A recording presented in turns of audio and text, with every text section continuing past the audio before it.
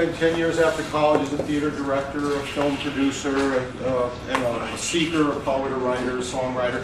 And since I've been at this conference and seen this sort of like, it's almost like PowerPoint Olympics or something like that, I was thinking I might sing my presentation as a way to get you engaged, but I decided you would probably get bored of hearing me sing for 45 minutes. So in my career after 10 years there, then I became a school teacher. I taught English, drama, and television for 5 years in New York City Public School. Because I think it's important in the world of future and social media is to have more self-awareness through things like Myers-Briggs and even more so by Kiersey and other things, so that people understand who you are, not just see your photograph. I'll tell you that I'm an idealist champion in the Kiersey model. And because I was an idealist, I decided to reform the whole educational system and got a doctorate degree. Went on and entered academia, got frustrated and thought the school reform was largely bullshit because it was very corrupt. So I entered the business world. I figured if I'm going to go somewhere, and you're going to find out, as I finished the story, how I've had this tendency, my idealism has placed me in very non-ideal situations. And so I was teaching at the University of Houston. I'm going to share some research we did with Johnson Space Center on virtual reality environments. Someone else used the term virtual reality already, so I feel like I'm not throwing a bomb into the middle of immersive learning, because I think the findings from virtual reality have applicability to this environment, as well. And then I got a call from Anderson Consulting. They recruited me out. I went to them as a learning architect. I was with them for 7 years. Then I got a call from Bank of America. It was not long after 9/11. I thought I was doing a patriotic thing to go to Bank of America. I bought all their advertising and marketing. If you think about it, at that point, they were the world's most admired company. 2004, 2005. Boy, things have changed in 5 years. It's amazing, 6 years. But anyway, I redesigned all their compliance training, converting page turners into interactive e-learning. There were a lot of mini sims in it. Then I got caught up in the downturn. I was severed. I was fortunate to get a job immediately in Washington, D.C. at Fannie Mae. That was a smart move. But I was, again, I told you, I'm an idealist champion. So my world is, I'm like the St. George guy, okay? I'm the guy in the company who always speaks truth to power and, people talk about it behind their back. It's okay, that's the tacit side of the corporate world. Here's the thing I wanted to share with you, which I think is very interesting and is very important. The Associate Satisfaction Survey, Bank of America, given every 2 years, that they based a lot of things like promotions, leadership shifts, blah-de-blah. The guy who put that survey used me as a Q&A guy for that, quality assurance. And so in the first call I was on with him, I asked him, what's the lowest ranked item? And he told me the lowest ranked item was, I feel it's safe to share my point of view with leadership at Bank of America. So I said, doesn't that call into question the results of the survey? And his response was, shut up, Kantor. So, I just want to suggest to you that what's important about this is there's a tacit sort of side to things which people don't share, and then there's an explicit side. And social media reveals the tacit side. Whether you like it or not, something so important, even sounds go off. It's like a highlight, an audio highlight. I'll just finish telling you, just finish the story. So I went to Fannie Mae. I was there for a year. I won't tell you, as an innovator and an idealist champion, how difficult it was to go into a quasi-federal agency losing $10 billion or more a month with a sense of how to be efficient and save money, like they cared, right? And then I realized a better option was to do work in measurement and evaluation right away, and I've been working with the Chief Learning Officer at the Department of Defense Intelligence Colleges on a very interesting mission, which I won't go into. But I just want to suggest that you ignore what I'm going to tell you at your own risk. Ignore social media and what it really is at your own risk. Because I can tell you right now, it's right where websites were 10, 15 years ago. Meaning, did anyone think every business needed a website? Every business? No, it was only those businesses that wanted to sell things on the web. Guess what? The people who made money were the ones who could build websites for small businesses. Turned out everybody needs a website. Do you know any business that doesn't have a website? No, nobody believed that was going to be true 20 years ago. Social media is in the same place. Now, why am I talking at an immersive learning conference? Well, basically it's because Ken and I have a friendship, but also because he recognizes, as does the company that is producing this event and promoting it, that social media is a critical part of the blend. Now, I'm not going to tell you how to do it. I'm not going to tell you the way to design. That's not my mission today. My mission is just to share information with you that I think you better know. And I'm sure many of you already do know it, especially those of you who are under 30. Those of you who are over 50, you know, get with the program, because it's going to go right around you if you don't. Okay, so anyway, that's my name. By the way, this is, what I realized was a while back is you're only as good as your freshest knowledge capital in the market. So I decided to get a certification in social media strategy. And I found an organization in Palo Alto called Social Media Academy, 2 Germans who set up shop, and I took their certification program. So, you know, there's a whole methodology that goes along with strategy. I'm not going to go into that today, but that's what that stands for, CSMS. Is there a laser or a, okay. All right, so I'm just gonna, I just wrote this last week, so my slides are boring. I haven't spent 20 years on them. I just am trying to push information to you. But at the same time, I also want to suggest to you that there's a paradigm here that we've been living in the last few days, which is important to recognize. And that is, it's a sort of a Psych D view of learning, meaning one head mostly, one computer, clinical simulation in that respect. Not always, because we just experienced what? The social construction of knowledge. In other words, discussion, shared cognition. Those of you who are familiar with Vygotsky and some of the other social constructivists, that's the first time I've heard that word, by the way, in this conference, is constructivism. Remember when that was a hot ticket? Constructivism? Well, that's what social media is. It's constructivism. Gone wild, in fact. So, at any rate, I'll give you the goals, background. I will occasionally walk up to people and say, what do you think? If you don't think anything, that's okay. But you just keep in mind that one of the problems in this venue is extroverts rule, introverts shrivel, but the truth of the matter is, you know, the people who don't talk have just as much to contribute as the people who do talk. They may not just be willing to put themselves out, or they're not willing to be fried or humiliated if their point of view isn't accepted. So how do you get not just at the tacit, but at the introverts? And I would suggest to you that social media is another way to do that. Okay, so I'm going to review some facts. Social media, you can't talk about it unless you talk about Web 2.0 technologies. How many people are familiar with, everybody's heard the term, right? How many people know what that means? Anyone? Okay, good. I'm going to give you the definition. You can check Wikipedia. They've got all kinds of definitions. They may be wrong, but they're on there. And then I'm going to share an interesting framework with you just because I think it's good to know about this. Because the role of social media as part of what Elliot Macy calls the digital surround, I'm sure those of you who've been around have heard him say that. The digital surround is sort of what goes on around whatever the main learning intervention is. And I think that would be relevant. And then I'm going to show you some social media apps you may not be familiar with. How many people have a Facebook instance? Okay. How many people do not have a Facebook instance? Are you on LinkedIn? Yes. How many people are on LinkedIn? Everybody, right? Okay, and just lastly, how many people have Twitter accounts? Okay. How many people have heard of Kiora? Delicious? Oh, good. No, okay, good. So there's some people in here who know about aggregators.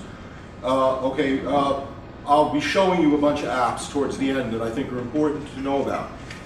Why? They're largely free. 2, they're incredibly powerful. 4, if you're still stuck in the what's on your hard drive application world, you are making a big mistake. It's time to start shifting to tools that are on the web for a variety of reasons. I'll show you why.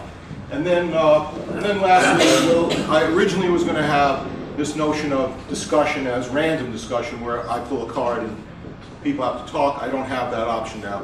So I will ask for hands, but I'm going to ask those people who haven't said anything to really feel free to talk softly. And if necessary, I'll repeat what you have to say. But I really feel, you know, this is a topic that everybody probably has something to say. Okay, so I'm going to quickly go through some stuff. I'm going to shift my position to back here because I want to just move quick. This has a laser pointer on it, doesn't it, Ken? Is that it? Yep. Yeah, okay.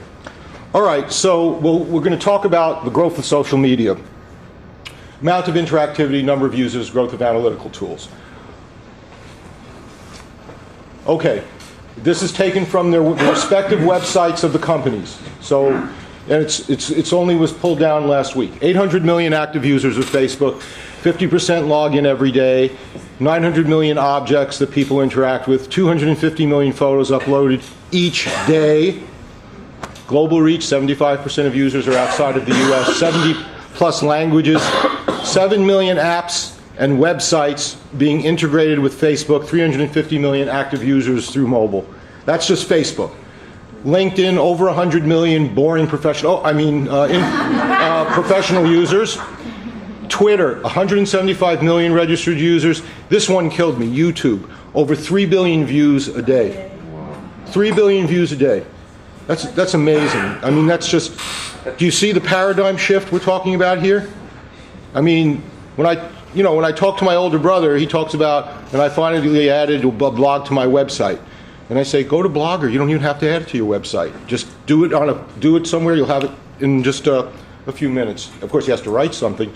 Here's the list there's a partial list of social media sites. Over 120 sites. It's just getting started. Now, I've heard people use the term social networking to talk about social media. It ain't the same thing. Part of it is social networking, but I would say it's a small part, an important part. Okay, Web 2.0 technologies. So first of all, in the presentation, there's definitions below the line about a lot of this stuff. For example, what's a folksonomy? Does anybody know? I didn't know. Folksonomy. Taxonomy built by the collectors. Correct. So if you want to know a great career role for the future, content architecture is going to just keep getting bigger and more important because we're going to keep getting more and more content and we're going to need good architectures to build onto, okay? So folksonomy is a publicly created taxonomy. And mashups are, people providing their opinions on something in a shortened time frame. How about crowdsourcing? Does anyone know what that is? Crowdsourcing? Could you tell us what it is? I have a friend that writes for, I'll give an example. I have a friend who writes for, he's a film critic. Yeah. And he goes on Facebook, Twitter, and then asks the crowd to give their opinion on this movie, that movie, what do you think? Give me a list. And he pulls information from all his friends and then uses that to write his article. So basically it's like a call to action for people to provide their input, and then that's rapidly turned around into something or other.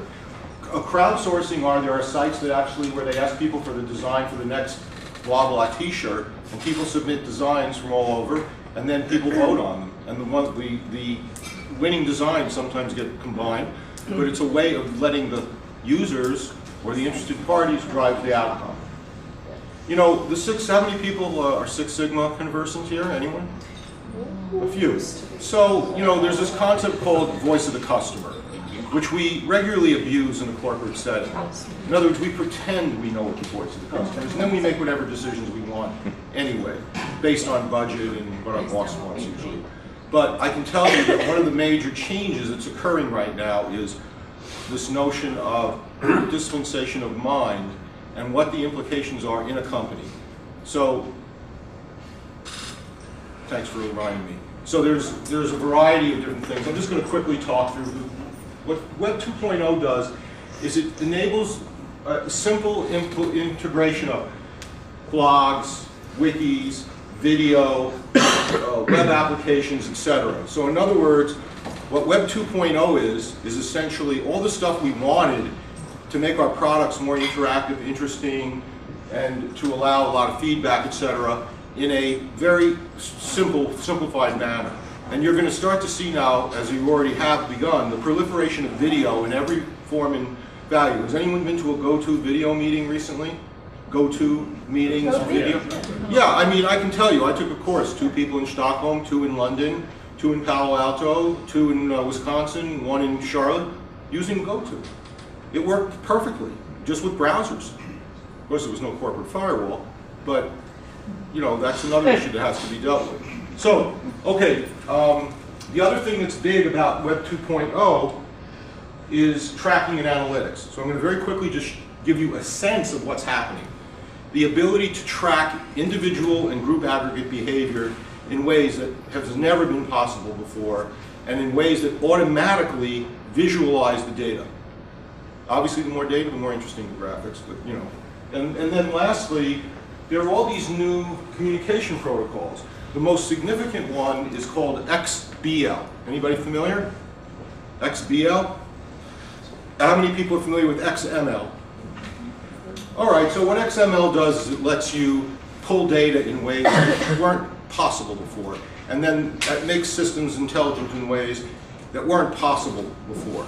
XBL is for the business and financial world, so the SEC, the Security and Exchange Commission, now is insisting that filings are in XBL. What XBL lets you do is pull field data in ways they could never do that before. In other words, if you fill out a form and you send it to the government and they wanted to actually analyze the data, someone would have to transfer the data from the forms or wherever the database was into another database, pull it, transform it, etc. What XBL lets you do is if they want to know, for example, what the revenue is across companies of such and such a size, they now have the ability, if the forms are delivered in XBL, to pull the field data and analyze it in one step. Big change. Also a big training opportunity, Ken. XBL training. Okay, so, and I'll explain some applications that are being done in that as we go. All right, I can't figure out how to get the laser pointer. It lights up, but it doesn't. All right, anyway, so it doesn't matter. So, okay, the other component to know is the cloud. I'm sure you've all heard of it. I'm sure you're. Well, now Microsoft's even gotten into it. Can you imagine the old dinosaurs actually walking out of this valley into something else?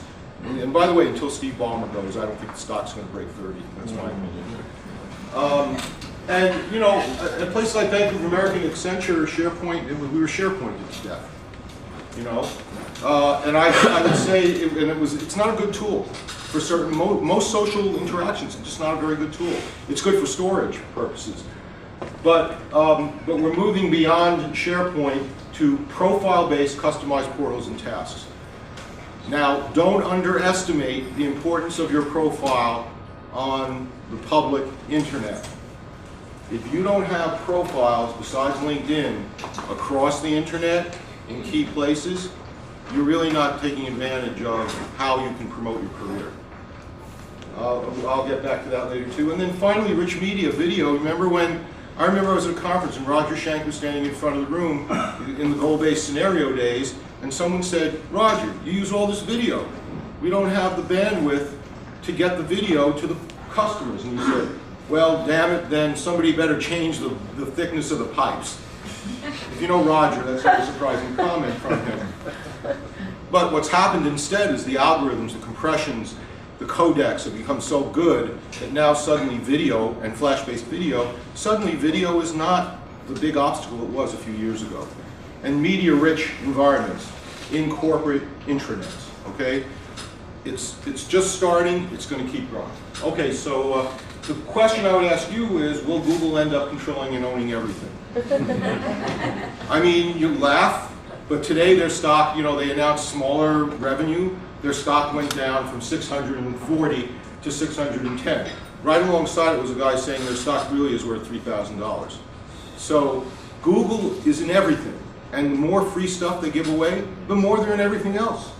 That doesn't mean you shouldn't use it, but if you don't know about Google Analytics and Google Docs and not leveraging their collaborative tools, you're missing out on something that's free and state-of-the-art. Yes?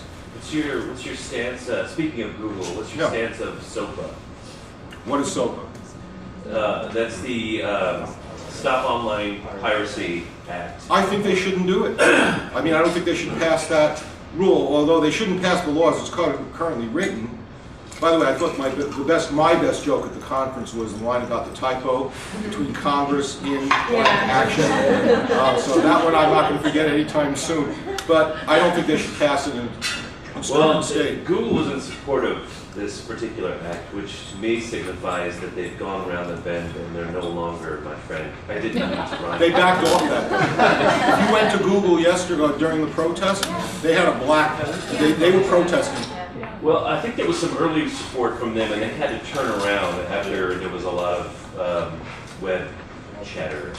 It could be, they're very political. The act itself would actually put them in line for being on the line, because part of it is going after sites that link to any sites promoting piracy. So Yeah. Google's bots would crawl around. That's right. And Wikipedia, by the way, today when you went to their site said, thank you so much for keeping us alive, because they would have died, they would have killed them completely. So I'm against it, but I'm not against getting the fair due for artists and creators to get their money. It's not fair that they produce, we're losing something in the neighborhood of 180 billion a year in unpaid fees, fair enough. Okay, so then I'm just going to, how will limitless external storage, Google, and what I'm going to show you, and SASS type applications change things.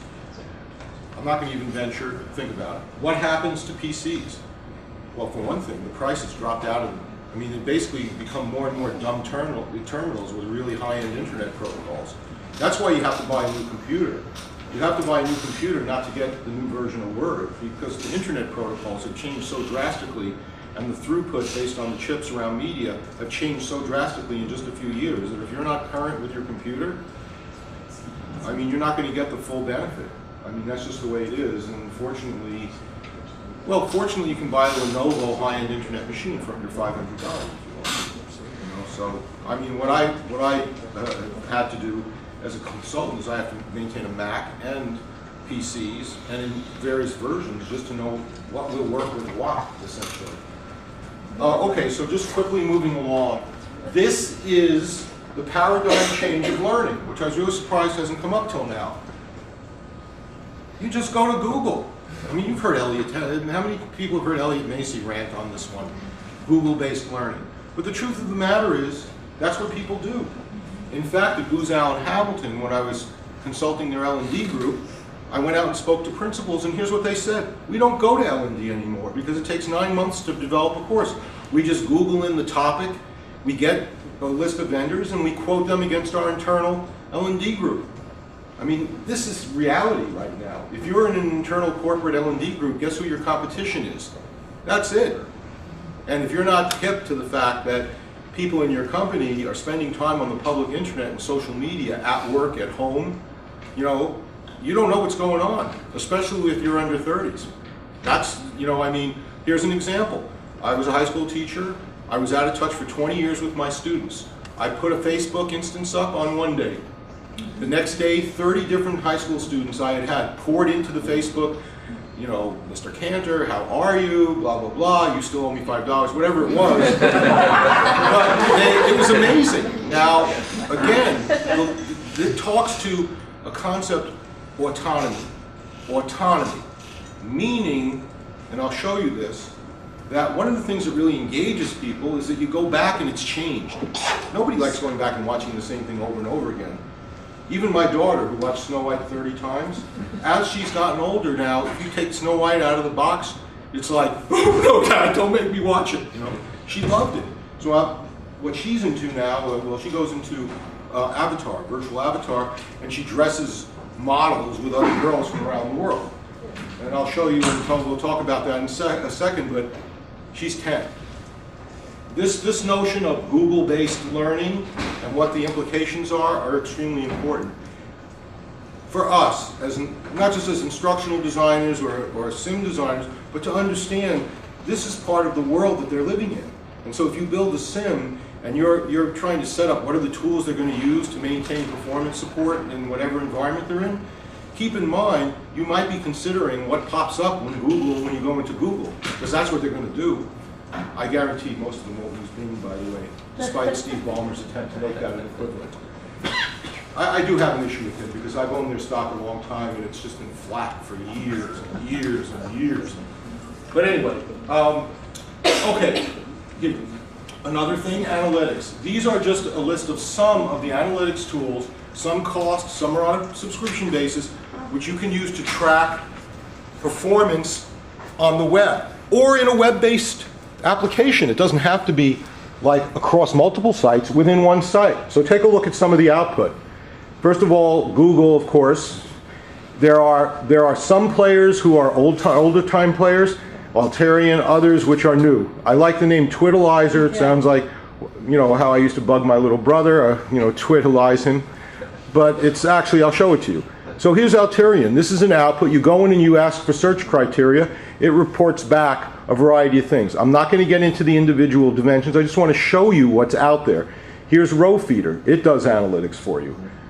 Now, why would most followed users and posts be important? It's for reinforcement. So when they get to the reinforcement phase, you want to track what they're doing. You have tools you can do it with. And not only that, you can take it to your stakeholders or sponsors and say, here's what's happening. Here's Twitalizer. Now, what people don't realize about Twitter that's important is it's a searchable database. So say, for example, you're interested in knowing what the current thinking is around simulation, immersive simulation. You could go to Twitter and type in immersive simulation, and you'd get a feedback of all the tweets who are engaged around this topic. And that it gives you some sense of immediately what's being talked about now as well as in the past. Now, why is that important? Once again, we come back to this notion of group dispensation of mind, what people really need, where they need help, how they need help, and we're going to get deeper into that as we go. Google Analytics, as I said, will they own the world? Well, they might actually. Actually, their stock, I don't know. I'm sorry I didn't buy it when it came out, but I mean, I don't see what can stop them at this point. So, quick summary. There's been a phenomenal growth of social media using Web 2.0 technologies. You saw the number of users, the analytical tools, and you know, Web Filings, a company I've been consulting, they have a tool now which is built in Web 2.0 where you can do your SEC filings yearly online. And instead of one accountant having to do all the documents himself or herself, it can be, you can have 10 people all working simultaneously on different chunks of the document at once, which automatically shows who's in, who's out, who changed what, etc. Very powerful stuff, and they're going to make a lot of money if they go public. Web Filings. SAP just purchased Plateau. You all know that? Very important to my constituents in the intelligence community. Why? Because the intelligence community is behind a firewall, and they all run Plateau. And now they're being told by SAP, we're going SaaS. So I'm just bringing that up because there's going to be issues. I'm not trying to duck them, there are issues. And then even cheaper computers. Okay, so now I'm going to quickly run through this framework. It's based on research that was done largely through the Johnson Space Center, through Bowen Lofton's lab. Bowen Lofton is now, by the way, become the chancellor at Texas A&M, so he moved into administration. And basically, they were using virtual reality to test different types of positioning for types of human factors, materials or elements on the International Space Station. For example, how far apart do you put the handholds on the outside? And they put people into virtual reality environments to see how it felt. They put them into a weightless type condition. How much distance? Should it be this much further or this much further? Should the space chute, you know, they have all these performance support systems sit on their arm. Should that be this far up the arm or that far? Everything that could be involved with human factors, they tested in virtual reality environments. And so part of what they came up with when I was working with them was a framework. So one was autonomy. This is the notion that when you went away from the virtual reality environment, it continued to do its own thing, just like a fish tank with fish in it. You know they're in there, but the next time you look at it, it looks different because the fish are in different positions. That's very pleasing to the human soul for some reason. It's very calming because it's a natural rhythm. Randomness, or the design behind the randomness, but randomness that's predictable randomness is extremely calming to people because that's the way the world works. And autonomy in virtual reality environments just meant that when you went back, it had changed in a way.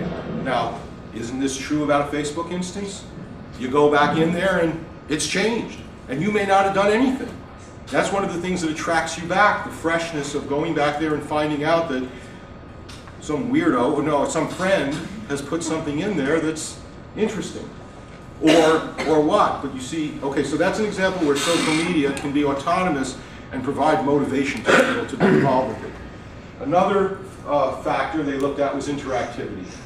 Look, you're the experts on this, not me, but you know, I just thought it was interesting to mention this. You know, there are people who I've worked with in extremely uptight organizations who would tell you navigation is interactivity. In other words, if you have to click through it, that's interactivity. What are you going to do? Learner-centered control of the interface. I mean, part of what though the navigation does is it embeds the pedagogical approach. For example, in some instances, 1, 2, 3, 4, 5. Can I go back to 3? No, you must finish to 10 before you return to 3. Now, you know, how about taking the test? You must take all the slides before you take the test. And if you take the test, you may not have feedback. Well, that's a choice. Those are pedagogical choices. I know I'm coming on a little strong because I have to believe that it's better to trust people and believe in their honor and respect them than to force path them. But there are plenty of reasons why you might force path someone that are legitimate. Just keep in mind that navigation, your template, is really a lot where your pedagogy is embedded. And then learner-centered control, you know, the ability to turn on and off things they like or don't like, including visuals, music. The ability to turn stuff off is actually almost as important as building it into the product. Audio especially, in my experience. And then, you know, levels of assessment. Now here's where social media starts to play in. So now you have this notion of a social media digital surround, which can help provide explanations around certain things, analogous challenges, peer and informal learning, research in similar cases. Where's it all coming from? Social cognition. What makes it valuable? The interaction of experts preset to coach the people in social media. Because as was mentioned earlier in this conference, the biggest problem is you have to dispel the misconceptions. I think Will mentioned this, I don't know if he's still in the room, he may have had to leave, but the notion that in any discussion, blog, social media thing, you'll get lies, you get incorrection, you get inaccuracies. This is dated, this kind of research dates back to the 80s. So someone has to go in there to provide the voice of truth or the expert perspective. Which is good, I think. And then, you know, reinforcement. I mean, I'm sure you all, if you have Facebook, you get nagged by it all the time. You've got new notifications, you've got new updates, you got this, you got that. Well, it's built-in nagging, basically. And if you want to know what reinforcement is really about, it's about nagging them to review 5 minutes worth of material, because you all work in business. How much time have you got during the day? American workers are now doing the jobs of 2.5 people. You don't have much time. But nagging is good, because at least then you'll do, just shut up and I'll do it already. And we find with executives, they like to be nagged as long as they're not nagged incessantly, because then they'll do it, you know, they seem to, as long as it's not offensive. So interactivity and where social media can play. And then this authenticity. It came up earlier. It's basically this notion of like data. If people, you know, particularly in systems training, there's a lot of research you're probably all familiar with, which posits that like data is the basis of people really learning the system, the new system. If the system changes, they can live with that. They may have trouble unlearning their old routines, but they have no problem learning the new one, and they especially have no problem if the data they're seeing is like the data they'd be dealing with normally. Now the problem with places like banks, insurance companies, the military is a lot of the data is classified or secure data. So that means two things. If you don't deal with like data up front in your designs, you're going to pay a price later on because you're going to be dealing with litigious risk. If you do deal with it up front, you're going to increase the cost of your project because it takes time to build these like data sets. I'll just give you one example to bring it home. You know, a friend of mine running a department in a large regional bank did not realize that the classroom instruction was using live data out of the bank's system when they were doing show and tell in the front of the room. So it was okay because they could say, oh, oops, oh, that's your husband's social security number? I'm so sorry, we won't use this one today. But then they created application simulations based on that system. And so they ended up embedding into the courseware sensitive information. Okay, so none of you would ever do this, but just be aware that if you're going to use like data, it can't be the same data. Okay, and then all this stuff is boilerplate. Okay, how authentic is this? Well, not very authentic actually, although it is an attractive, somewhat blurred image of Alice in Wonderland. Oh, this is a little bit more, a little bit more authentic. Of course, I never could understand why all the people in the photographs in the training when I was at Bank of America and Accenture were so good looking. Most of the people who were where I was were actually quite ugly. And everybody, including myself, when you work at a bank, you notice how people puff up a bit? You get about an inch of additional sort of stuff. It's just we all eat well in the banks. Nobody talks about it, but it's true. And so is this like, or what about this? Uh-oh. Immersive avatar-based environments. For those of you who had to listen to, again, Elliot, who's a thought leader, go on and on about Second Life, and then realize, what the hell is he talking about? Well, now what's happening is Avaya has an offering called Web Alive, which actually is much better. Now, what's interesting about these environments is they're very autonomous. Has anyone been in any of these environments for training? All right, well, you tell me if you had an experience like this. I was doing research for Booz on this. I went in, I walked into a room and sat down, and somebody turned around at me and said, "You don't belong in this meeting, get out!" I was like, what the hell? I'm just on a computer thing. All right, so I'm bringing this up only because, it is autonomous, it's very powerful. You have to be able to mouse effectively to use one of these, by the way, I discovered. But the truth is, it can be highly interactive or not. It is autonomous, meaning things happen out of your control when you come back.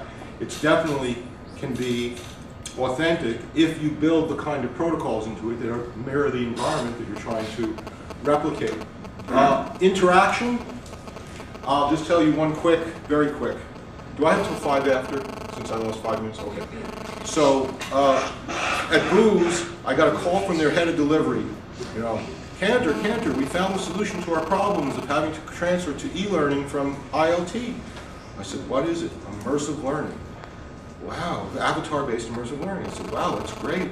She said, yeah, and I saw it yesterday, and you can just bring people into a table and show them a PowerPoint. Okay. But it's a start. Yes.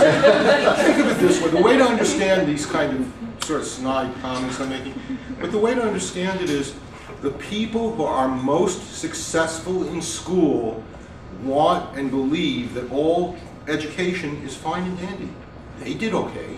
Why should you change something that they were successful? That's why clientele like MDs, clienteles like high-level executives, they just want to see it mirror what they did. It was okay for them. Why shouldn't it be okay for anyone else? So there's something here about learning styles. There's something here about helping them to understand different individual differences.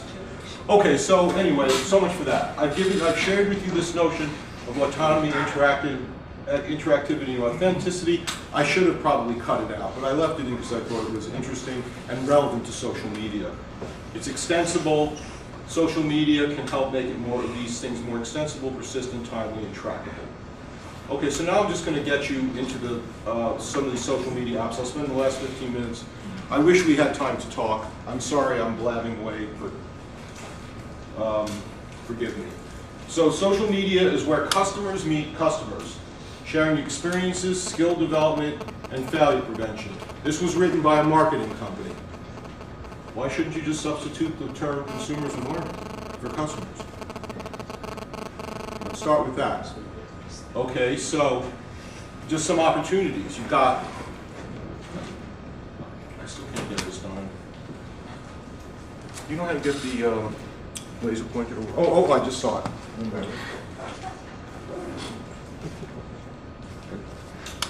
Okay, Yeah, I got it. No, you're using. There we go. There we go. Okay, knowledge info. These are just some of the opportunities for social media. A knowledge info base for questions, answers, and scaffolding. By the way, this term, have you noticed that info base has replaced the term EPSS? It's replaced the term knowledge management, which has become almost anathema in the corporate world, the term knowledge management. Remember how hot that was in the 70s? Now it's info base and other terms like that. Just because companies lost so much money on knowledge management. And consulting companies have stopped selling it. Foolishly, in my opinion. So you have info bases like knowledge management, the ability to do peer review, to see where you stand in relation to other folks with similar roles and career status, well-defined protocols for interacting with SMEs, motivation, connection to real-time, blah, blah, blah. You know, you got the rest of it. You'll get the rest of it. Okay, so now I'm going to show you some specific apps. What I did was I went in and took information right out of their website explaining it so that I wouldn't be interpreting them.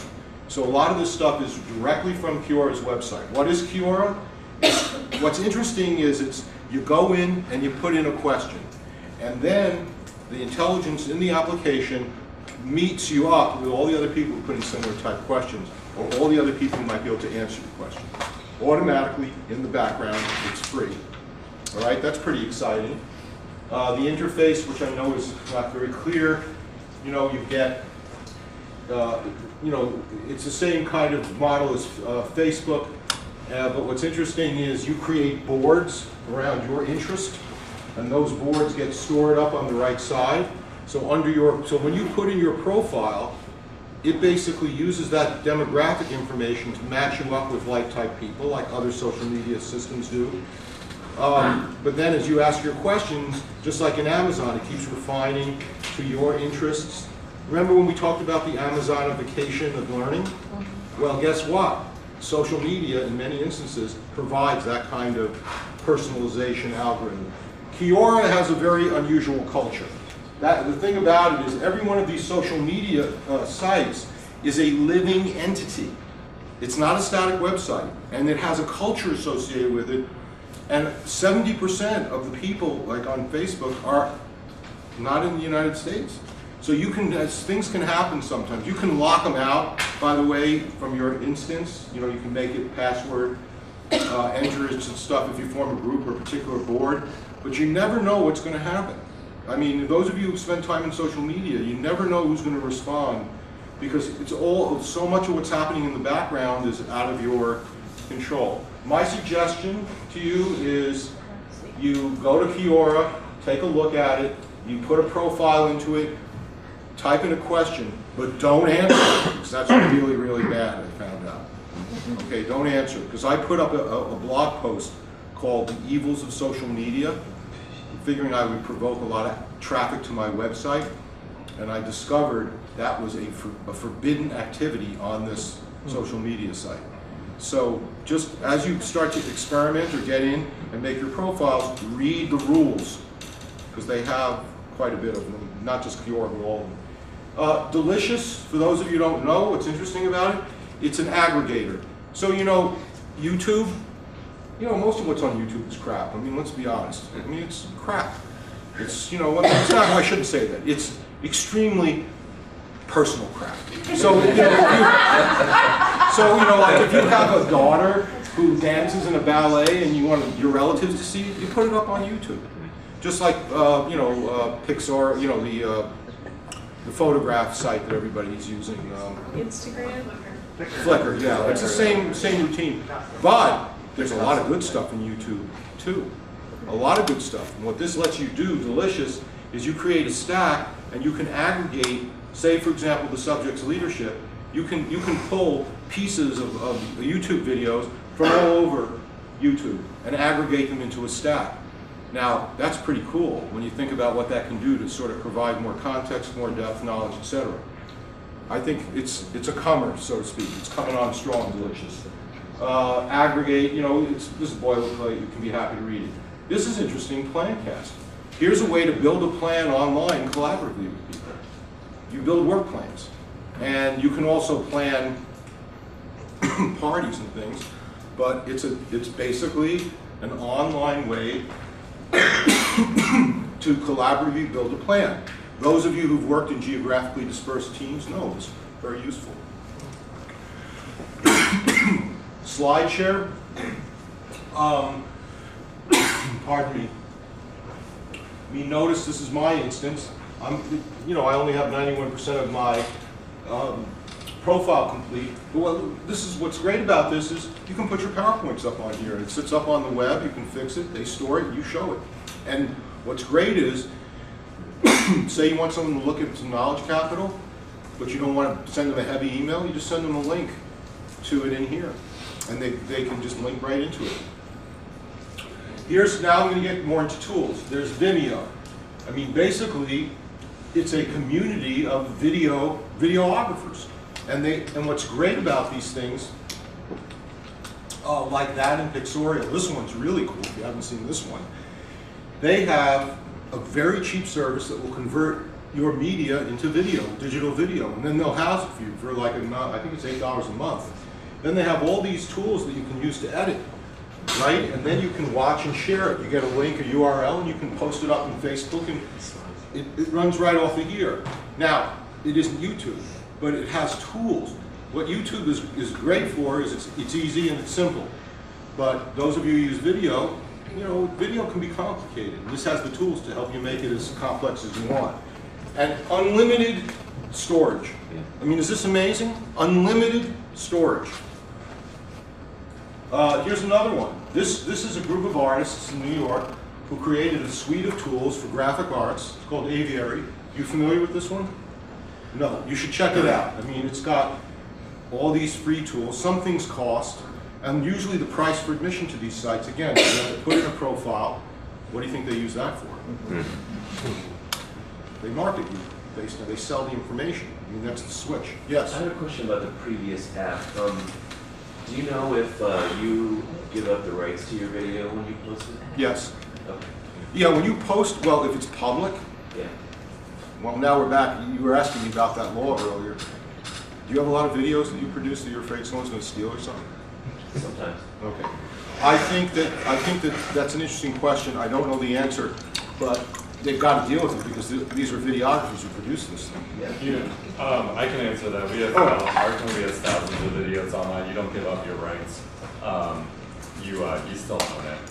So you do run the risk of them ripping it, but apart from that, it doesn't belong to them. And it belongs solely to you? Nobody can take your video and use it in their video? If they rip it, Right. they Yeah. can. That's what you're saying. But that would be illegal on their I see. part to do that. Okay, so here's this aviary. Some of this stuff is particularly graphics oriented. You wouldn't necessarily know, but notice it has an audio editor built into it. You can do screen capture. And by the way, how many people use Snagit? Anybody use Snagit? I discovered the resolution of those Snagits is not as high as the original what you take out. Is there a way to increase the resolution after you grab it? Yes? You can adjust resolution when you grab it. All right, thanks. I'll check into that because I didn't realize that it reduced the resolution when you took it. Okay, this is a Blogger. Well, actually, it's Google, but it's called Blogger. It's their blogging tool. It's free. It's free smart. WordPress is better. If you're familiar with WordPress, it's a better tool. There's more control. But if you just want an easy blog that you can either embed into your website or link to, it's a really good thing to know about. Okay, and then these common social media tools. I have to say something about it. Now, we could have just done the entire session on Facebook. If we wanted to, we could have just focused on Facebook. Facebook, you have to accept it. It has become a cultural phenomenon. They even made a movie about it, about him. And it's not over. It's still increasing its reach. He is obsessed. He's sort of like Jobs in that he's obsessive and he's a mean son of a bitch if you've ever met him, because he's going to make his vision realized. And I guarantee you, Facebook is going to keep running, keep expanding. Now, I know you had discussions around community of practice. All I can tell you is we ran this whole social media course out of Facebook, using the discussion focus. There's a docs section where you can post up docs, take them down. It really is easy to use and a very effective way to build communities of practice. And it has those specific notifications. So if you're in the community, if you join that community, just like LinkedIn groups, you're going to keep getting notified until you click and open that darn thing or turn off your reconfigure and don't get those notes anymore. Twitter, nobody really knows what's going to happen with this thing, but if you have information that's critical and urgent that you need to share, it's great for that. Even if it says, very important that you all click this link or something. I mean, also the process trail associated with it. The Twitterlizer and the information it gives you around what's going on in the Twitter universe. I mean, maybe it isn't that important right now, but if everybody in your company or group has a Twitter account, I mean, it can be a very powerful way to collaborate. And if you're in multiple rooms, for example, trying to cover a conference, or if you're doing ethnography and you have people in different areas, you can actually use that as a way to build better research. YouTube, I mean, I was amazed. I mean, I bought this camera, I couldn't figure out how to use it, and I went to YouTube and typed its name in, and there was an instructional series on the tool for free. The use of video, I mean, look, it's sickening at this point almost, but how many people are just putting videos up there, but that's no reason why we shouldn't still continue to use a format that has power. Yes? Have you seen some companies getting their YouTube channel? They have their own private company channel. Yes, there's more, but now you've mentioned something which I wasn't going to talk about, but I think is very important, which is the way social media strategy plays out is actually a company like Tandberg, which was purchased by Cisco bought them. So up to the point where Cisco bought them, we did a comparison to see what was their unified communications. So how many people have heard the term unified communications? Anybody? It's basically it's basically interactive television, but the whole thing is like a virtual surround. Cisco sells a $30,000 system, which is a ripoff, I think, but they're trying to sell it, and others are competitive. So before they bought Tandberg, what happened was Cisco hired a social media strategist who built a team, and all they did was go out there to look at comments about Cisco's products and to down talk Tandberg's products. Now, I would suggest to you, if you're like me and you read every review on something before you buy it on Amazon.com, that you do not buy it until there are at least 40 to 50 comments, because there's so much secret, sneaky marketing going on. It's bad. Yeah, so that was what I wrote the evil side of social media on. The people who are going out there impersonating and representing things falsely on purpose. You know, and that's when I got the response from a graduate student in Amsterdam telling me I was evil because I was trying to guide people to my website by putting that post into Kiora. So, you know, live and learning. YouTube, oh, this is a good one. This is important. Now, Bitly is another social media site. What's cool about it is when you do something and you create a doc and somebody does site, you get a URL that looks like a paragraph. You go to Bitly, you put that in there, and then you can name that URL anything you want, and it gives you a URL. Basically, you can name the URL what it is, which if you've played with URLs, you know is a very powerful thing. That means you can line up certain types of instruction or information with URLs that actually say what they are.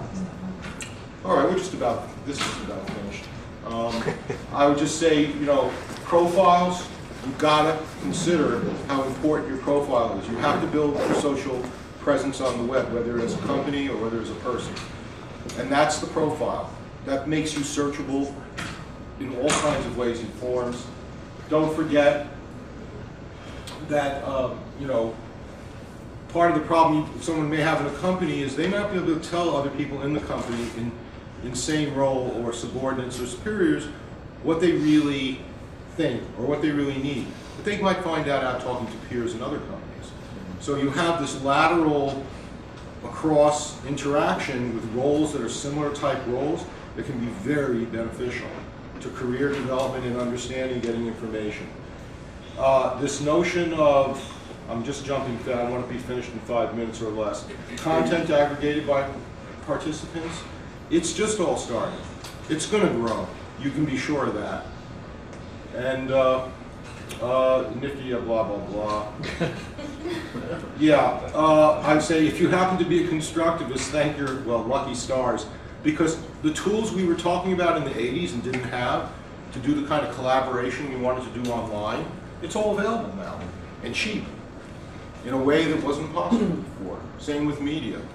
Now, I happen to believe, even though I violated my own principles, that the best learning occurs when it's socially constructive. And I probably would have divided you into small groups like they did in the previous session, and we would have elicited more conversation if we had more time. But I wanted to get through the presentation. I mean, the truth of the matter is my mentor, Dr. John Bransford, a vicious constructivist, he sent me a very interesting email saying, lecture's great as long as you know what you want to learn or need to learn. And, you know, so I hope there's been a little bit useful for you in this. We were going to have a roundtable discussion. I had planned to add an annotated bibliography of social media sites. I still will do that and send it to you when I get home. But this is easier to read. It's in the appendix.